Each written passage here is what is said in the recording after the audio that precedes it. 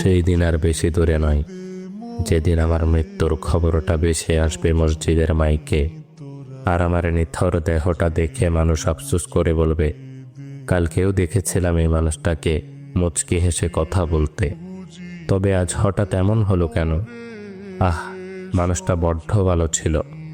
কারো কারো হয়তোবা চোখের কোণে অশ্রু জমবে, আবার কারো কারো চোখ থেকে হয়তোবা 2 ফোঁটা জলও গড়িয়ে পড়বে।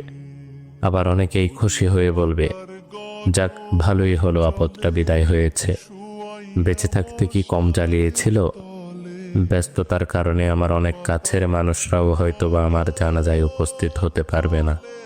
আবার অনেক দূরের মানুষও শত ব্যস্ততার মাঝেও ছুটে আসবে আমাকে শেষবারের মতো বিদায় দিবে বলে।